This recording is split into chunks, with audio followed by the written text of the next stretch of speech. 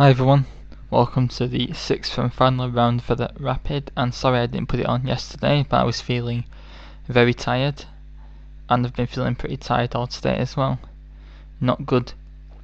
So as you remember, I finally lost a game at the British, but hopefully I was hoping to get a result in this game. But I was playing Mitchell Burke, 188 ECF and 1971 ELO. I think he has a Rapid, but I'm not sure what it is. And I can't bother checking. So this was going to be a tough and complex game, and I had black, and he surprised me by opening with one Nf3, which I've not seen him do before. Maybe it was some 2-minute prep before the game. I played Nf6, C4, E6, and now I thought he might have played D4, and then I was going to play the Bulgar Indian, but he played Knight C3, and this may threw me a bit because now if I play Bishop B4. It's not actually a Nimzo, because say if he plays A3 in this position, after if I take there, we can take back with the D pawn. And although this is fine for black, I'm not sure what you do in this position at all. So I played B6 and tried to set up a sort of hedgehog / Queen's Indian. And he played an English setup actually, because he think I told this bishop. I think I told mine. And he played Queen C2 and he won't play D4 at any point. Try to keep things solid. I played D6, bit passive. D3, that would be D7, would be B1. And now I played a very dodgy move. I played A5.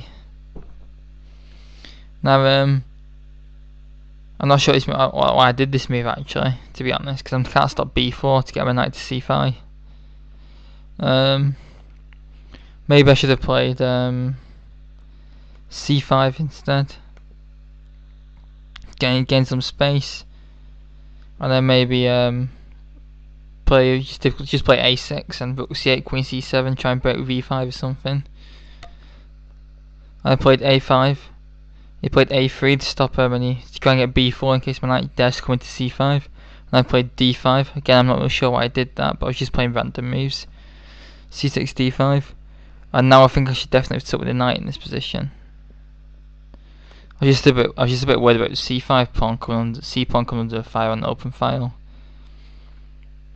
But after knight takes D5, bishop takes D5, say E4, bishop B7, bishop E3, and after C5, I think black's fine in this position. I talked about the pawn, and I played bishop F4, developing the bishop and putting pressure on C7. I played C6, very passive move, blocking my own bishop in. And a sign that I didn't know what I was doing in the opening. Knight D4, putting pressure on the C pawn and threatening to come to F5, which probably I should have stopped, but I played Knight H5 for the first of many times in this game, 52 times altogether, hitting the bishop, which moves. Rook came to C8. Now the knight came into F5, which is a wonderful square. And if I try and dislodge it, then my king side becomes very weak. So I brought the knight back to F6, Rook Fe1, preparing E4. I played B5, trying to get something going on the queen side, but now he plays E4. After D takes E4, which is a horrendous move. I should have just kept the tension, but I'm already significantly worse. But I took it, and he took out completely the wrong piece. He should have just played knight takes E4. And this is almost lost for black, because there's threats of knight coming into D6. The C pawn's going to be very weak. This bishop diagonal's kept open. It's just awful. In fact, Rebka suggests. Well, actually, my opponent's threatening will be threatening bishop takes A5 in this position. So if I take queen takes, bishop will check. So I've got to play something like this, and then he plays this. Takes, say takes. He's got two raking bishops pointed at my king. My pieces are all passive. It's just awful.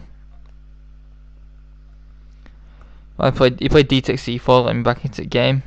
I played knight E5, which is also bad because after I played bishop, he played bishop E5, which is also not a good move. I kept missing the chance to play B4 in these positions. They say if it takes, and I take back.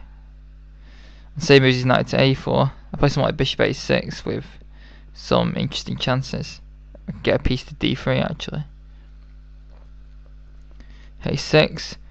Firstly, scuppered them ideas by bringing the rook to d1 first. Queen goes to c7, and now bishop f4. And this pin is actually incredibly annoying because it's actually practically impossible to break.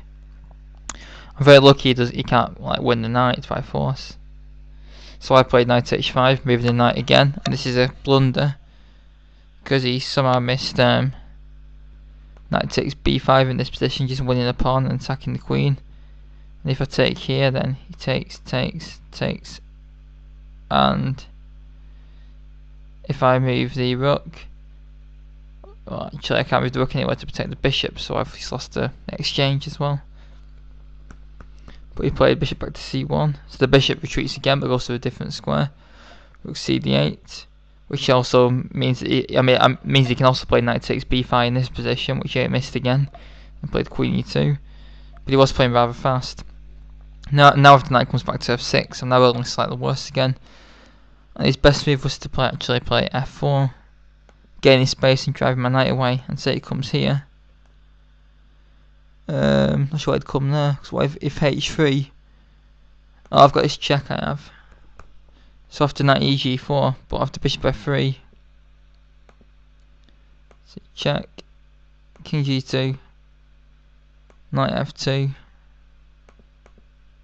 White still has a significant advantage because this knight, although it looks really good, is actually going nowhere. But he played bishop f4, the natural move. But now I'm getting back into the game. I played b4, a takes b4, a takes b4, and knight a4, and I'm only slightly worse now. Because now I've got some open lines now, potentially as compensation, and he's missed his chance with knight takes b5. And I'm only slightly worse now if I trade the rooks off. He takes back, and then I play rook e8, preparing to move the bishop and protect the knight, and then move my queen, so he should probably take my bishop. After queen takes e7, bishop back to e3, bishop into c8, and white has a small advantage. Now it's crashed, it's back in. But I played rook e8, and surprisingly didn't play knight b6, but instead played b3, which is natural. But this is where I got wrong again, because now I have an interesting resource, potentially rook a5, which I don't think is that great yet, but if I play something like rook fe8, keeping the bishop protected, and then say he plays queen c2, and I play bishop f8, and again black is only slightly worse, but after bishop a6, he actually missed, and I saw this. He missed queen b2, just wins a piece on the spot. Well, after knight fg4, he has h3, so I'm lost. But he played queen c2, just aiming to win my c pawn. I played knight h5 again, and in fact he missed queen takes c6 in this position. Nice, beautiful move. Because if I take the queen with my queen, I get forked. It wins the bishop and forks my king and queen, and I can't take with the knight because my queen hangs down for nothing. So that's a beautiful move, that. But he just took this and took my c pawn, and then I just fell apart and played bishop b5. But it's bad anyway. I'm a pawn down for nothing, and after he played this, I resigned because I've just lost another piece. Not good. Because of course, when I take it back, he takes my bishop. And that was a very poor game, that by me. One of the worst games I've ever played, that actually. Well, there is quite a few very bad games I've played, but that is up there. Where I played several mistakes, didn't know what I was doing in the opening, and that was a very disappointing end to an otherwise promising tournament. Hopefully I can do better in the serious stuff with round 1 of the Major Open coming next. But I hope you enjoyed my series on the first rapid play, and please leave any comments and thoughts. Thanks very much.